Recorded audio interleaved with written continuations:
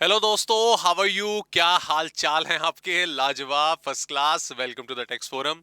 दोस्तों, ये एक कंसेप्ट वीडियो, एक शॉर्ट टॉपिक आप लोगों के लिए जो सीए और सीएम में दोनों स्टूडेंट्स के लिए टैक्सेशन में इंपॉर्टेंट है और एग्जाम में इसमें से कुछ ना कुछ छोटा मोटा कंटेंट हमसे पूछा जाता है। ये वाला सेक्शन, दो स्पेशल सेक्शन जो हम बेसिकली इस वीडियो में कवर करेंगे, वो यूजुअली डील करते हैं उस इनकम के साथ जिसको हमने अपने इनकम टैक्स को देने से बचाया है, जिसको हमने छुपाने की कोशिश करी है या प्रॉपरली लीगल तरीके से उसको डिस्क्लोज नहीं करा है।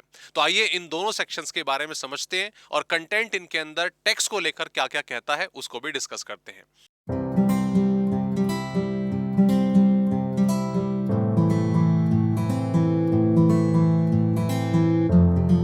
तो जैसा कि मैंने आपको बताया कि वो अमाउंट, वो इनकम, वो एक्सपेंडिचर जो बेसिकली एक असेसी ने प्रॉपरली शो नहीं करे, वो उसका काइंड ऑफ गवर्न करना चाहता था, अपने खातों से बचाना चाहता था, यहां पर उसके बारे में बात करी गई है। और जैसा कि वर्ड आप देख रहे हो, डीम्ड इनकम। ओके, अगर आपने रेजिडेंशियल स्टेटस चैप्टर पढ़ा है या आपने लॉ में कई सारे अदर टॉपिक्स करे हैं, तो डीम्ड वर्ड अक्सर आपके सामने आता है। डीम्ड इनकम से मतलब है कि वो आपकी इनकम तो नहीं थी लेकिन उसको इनकम मान लिया जाएगा। आप गवर्नमेंट को अपनी तरफ से सफाई दे रहे हैं कि ये हमारी इनकम नहीं है, लेकिन गवर्नमेंट या असेसिंग ऑफिसर आपकी इस बात से सेटिस्फाइड नहीं है, तो वो आपकी कोई भी नहीं सुनेगा और वो बोलेगा कि ये आपकी इनकम मानी जाएगी। That should be your deemed income.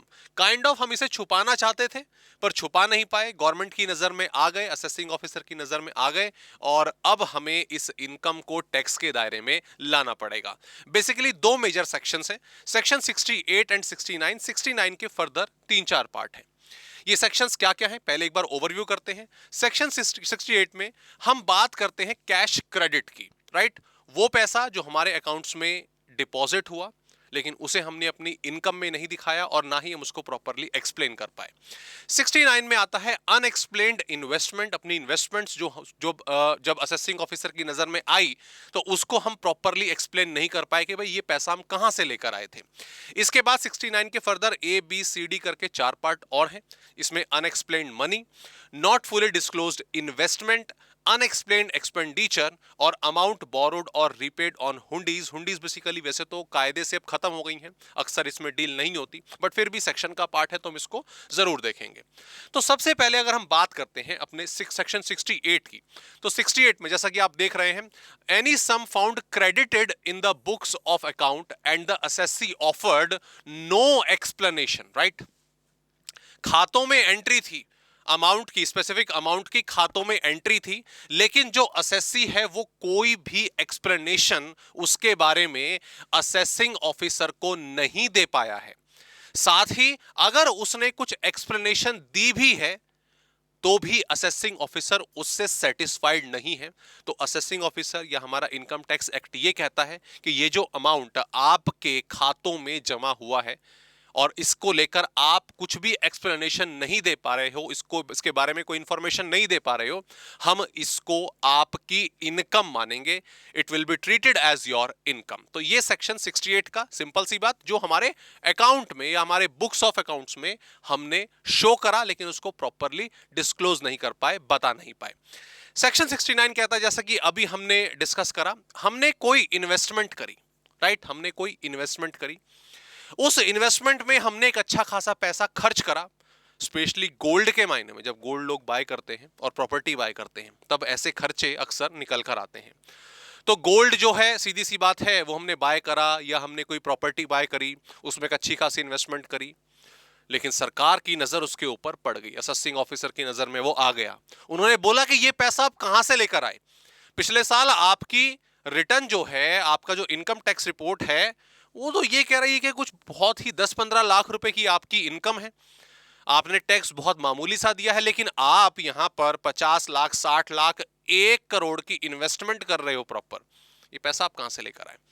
तो नजर पड़ गई ना, दैट इज समहाउ कि एक ऐसी इन्वेस्टमेंट जो आपने प्रॉपरली डिस्क्लोज नहीं करी, उसके बारे में, यस सेम अगेन, आप एक्सप्लेनेशन जो है वो गवर्नमेंट, अच्छा गवर्नमेंट ऐसा नहीं है कि गवर्नमेंट को खाते दिखे, गवर्नमेंट को इन्वेस्टमेंट दिखी तो इमीडिएटली वो आपके ऊपर टैक्स या जो लॉज है वो बैठा देती है, नहीं, ऐसा नहीं होता।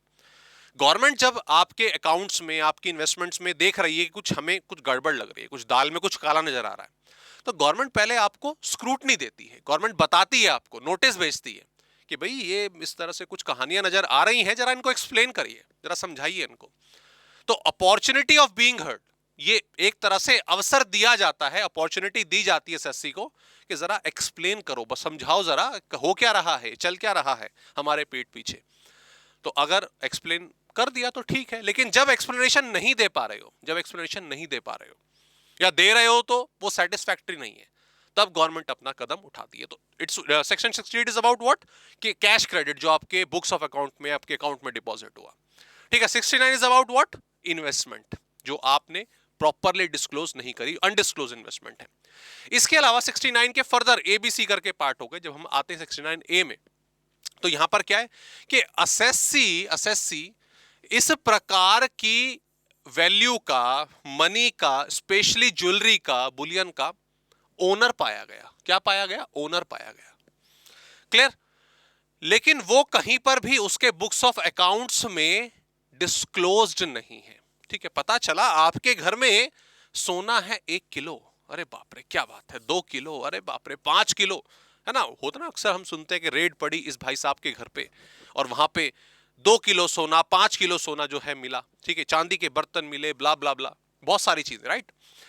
तो ये एक ऐसी प्रॉपर्टी, ठीक है, अनडिस्क्लोज्ड मनी, ये आपके पास है, आप ओनर हो उस चीज के, आप ओनर हो उस चीज के, और सीधी सी बात है आप एक्सप्लेन नहीं कर पाए। ओके, आपके घर में सोना मिला 2 किलो, अरे सरकार कह रही है भैया हमारे पास तो 2 किलो छोड़ो 2 ग्राम नहीं है, और तुम 2 किलो लेके बैठे हो, कहां से लेकर आए हो? आपके इनकम टैक्स में, आपकी रिटर्न में जो आपने इनकम टैक्स डिपॉजिट करे, इस तरह से कुछ भी डिस्क्लोजर नहीं है कि आपने इतना पैसा कमाया हो, कहां से लेकर आए, राइट। तो गवर्नमेंट पूछती है, आप जवाब नहीं दे पाए, या जवाब नहीं दे पाए, या जवाब दिया तो वो सेटिस्फैक्टरी नहीं था। तो आ जाओ 69 ए में आ जाओ, ये आपका अनडिस्क्लोज्ड मनी की कैटेगरी में आएगा, और इसके ऊपर हम टैक्स लगाएंगे। कितना लगाएंगे उसके ऊपर भी चर्चा करेंगे, कितना लगाएंगे भी उसके ऊपर भी चर्चा करेंगे। सीधा ऐसे ही 69 बी, वेयर एनी फाइन, ये सिंपल सा पॉइंट आपका, undisclosed expenditure, kind of undisclosed investment, ये समहाउ थोड़ा थोड़ा हमारा इसी से मिलता है, आपका 69 से ही मिलता है। ये क्या है? ये बेसिकली क्या है कि आपने मान लीजिए इन्वेस्टमेंट करी 50 लाख रुपए की, कितने की? 50 लाख रुपए की। आपने बुक्स में इसकी एंट्री करी 30 लाख रुपए, 30 लाख रुपीज, ठीक है, बराबर। 50 लाख रुपए का सौदा आपने खरीदा, एंट्री करी 30 लाख रुपए, एओ साहब की, असेसिंग ऑफिसर भाई साहब की नजर पड़ गई, नजर पड़ गई, और भैया ये कैसे, कहां, मतलब 50 लाख का सामान 30 लाख में दिखा रखा है, क्या चाहते हो तुम, ये क्या है, ये सब कुछ समझ नहीं आया हमारे भी। तो same again where an SSC in a financial year made any investment और is found to be the owner of any bill वगैरह, सेम चीज है आपकी। फाइंड दैट, यहां पे मेन लाइन हमारी आती है, find that the amount spent on making such investment और acquiring such article exceed the amount recorded in the books, amount recorded in the books. सौदा 50 का है, दिखाया 30 का है, आ जाओ जरा बताओ ये एक्सेस मनी कहां से आया, क्या इसकी क्या नाम है, डिटेल है, नहीं बता पाए, या सेटिस्फैक्टरी जवाब नहीं बता पाए। आ जाओ आ जाओ आ जाओ, लगाएंगे लगाएंगे टैक्स, लगाएंगे टैक्स, लगाएंगे। दो सेक्शन और, कोई भी आपका आपका इनकर्ड एनी एक्सपेंडिचर, ये खर्चा आ गया, 69 सी व्हाट, एक्सपेंडिचर आ गया, खर्चा आ गया, ठीक है। आपकी इनकम, अरे गरीब आदमी भाई साहब, मालिक गरीब आदमी, 5 लाख रुपए की इनकम हमारी, ठीक है, बेसिक एग्जम्पशन लिमिट भी ले लेते हैं, टैक्स बच जाता है, कुछ इन्वेस्टमेंट कुछ नहीं कर पाते, चलो ठीक है, गवर्नमेंट कहती है ओके। घर खरीद लिया 1 करोड़ रुपए का है, घर खरीद लिया 2 करोड़ रुपए का, अभी गोल्ड खरीदा आपने, यार मतलब क्या क्या चल क्या रहा है, कहां से ला रहे हो पैसा, ठीक है। तो ये क्या है? अनएक्सप्लेन एक्सपेंडिचर, इनकम तो थी अनडिस्क्लोज इन्वेस्टमेंट, और आपका जो अकाउंट्स में क्रेडिट आ रहा है वो भी, जो आप कमा रहे हो, जो आपके पास आ रहा है, उस पर तो गवर्नमेंट की नजर है ही है, साथ ही आप खर्चा क्या कर रहे हो, खर्चा क्या कर रहे हो। यूजुअली मैं आपको बताऊं, स्पेशली जो क्रेडिट कार्ड होते हैं ना, आजकल तो सभी के पास है, साल में 10 लाख रुपए, साल में 10 लाख रुपए से ऊपर अगर एक्सपेंडिचर होता तो गवर्नमेंट की नजर पड़ जाती है ऐसे खातों पे कि ये भाई पैसा खर्च कहां से कर रहा है, कहां से लेकर आ रहा है। मतलब ऐसा नहीं कि गवर्नमेंट पकड़ ही लेती है कि अब आजा भाई, ऐसा नहीं, नजर रखती है, फिर देखती है कि ये क्या हिसाब किताब चल रहा है। तो गवर्नमेंट एक्सपेंडिचर्स पे भी नजर रखती है, सिर्फ आपकी इनकम पे नहीं, एक्सपेंडिचर पे भी नजर रखती है।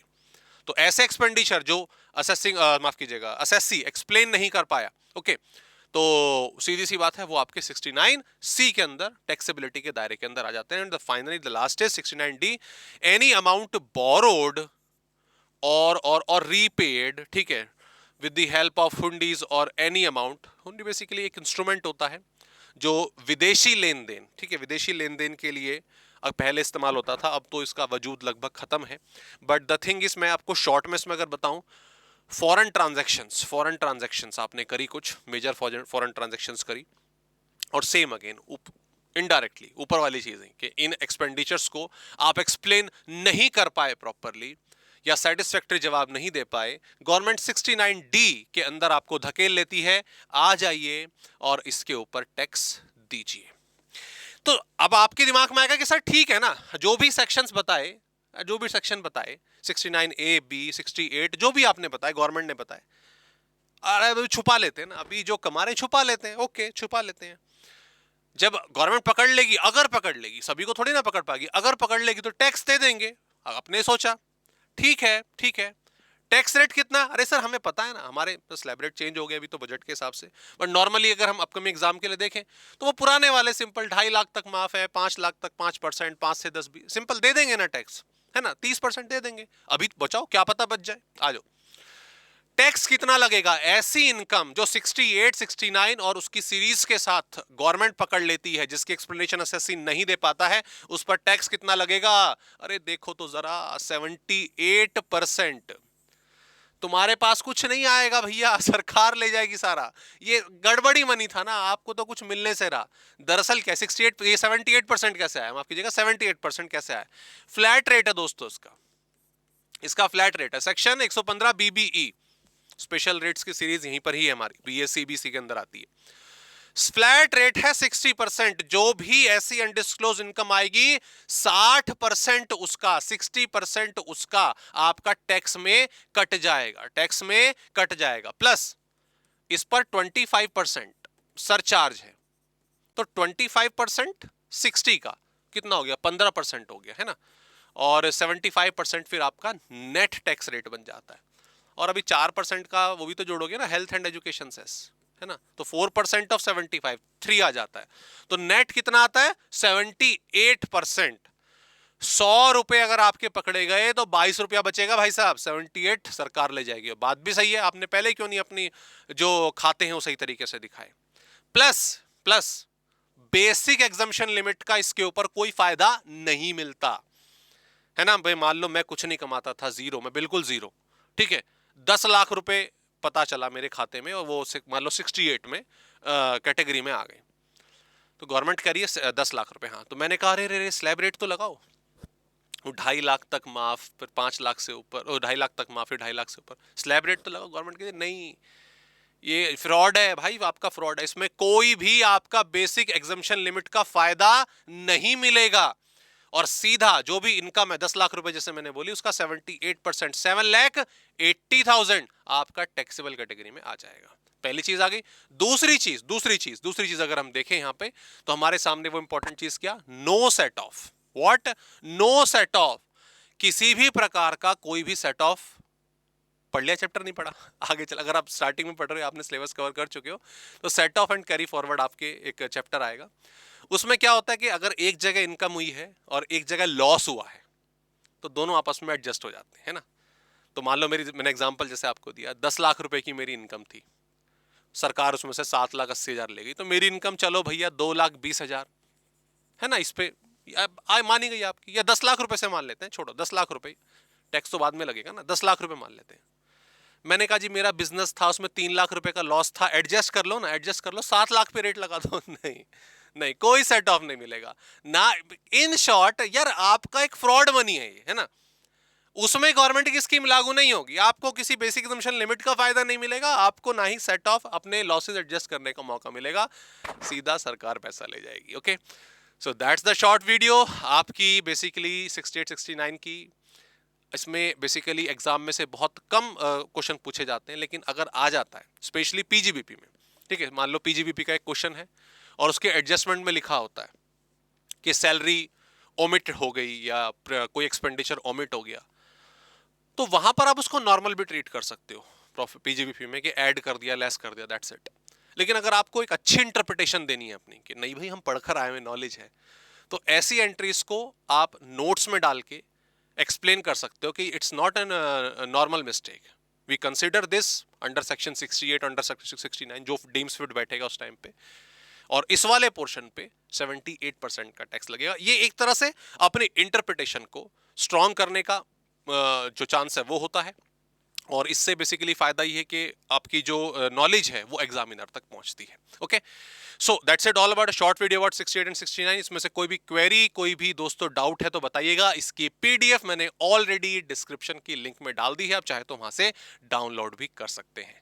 ओके, अगर आपको टॉपिक अच्छा लगा प्लीज लाइक द वीडियो और अपने दोस्तों के साथ शेयर कीजिएगा, और फिर मिलते हैं आपसे अगली किसी क्लास में। Please take care.